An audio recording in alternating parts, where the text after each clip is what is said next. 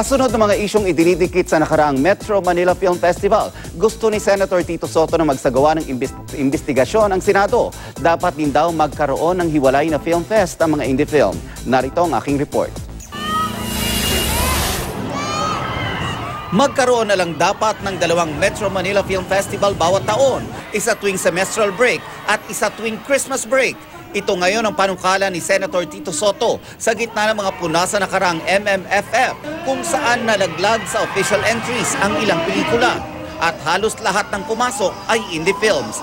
Ayon kay Senator Sotto, pwedeng tuwing SEM break gawin ang MMFF para sa indie films at mga pampamilyang pelikula tuwing Pasko. Pero giit ni Senator Sotto, walang kinalaman ang kanyang proposal sa kanyang kapatid na si Bossing Vic Sotto at sa pelikula nitong Enteng Cabisota and the Abangers na hindi nakapasok sa MMFF 2016. Walang kinalaman yun doon kung tutuusin unless gusto nilang bigyan ng maduming kaisipan. No? Sapagkat pareho ng kinita ni Vicky. Ngayon, kung ayaw mong mahirapan yung mga indie films doon sa malalaking pelikula, dahil malaki ang funding, malaki ang grupong nasa likod, bigyan mo sila ng separate na sarili nilang film festival. Base raw sa Presidential Decree 1459, fundraising activity ang MMFF para sa ilang institusyon.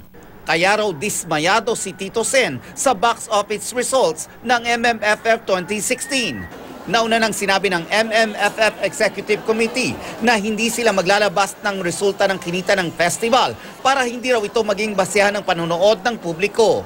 Good excuse for a very low income.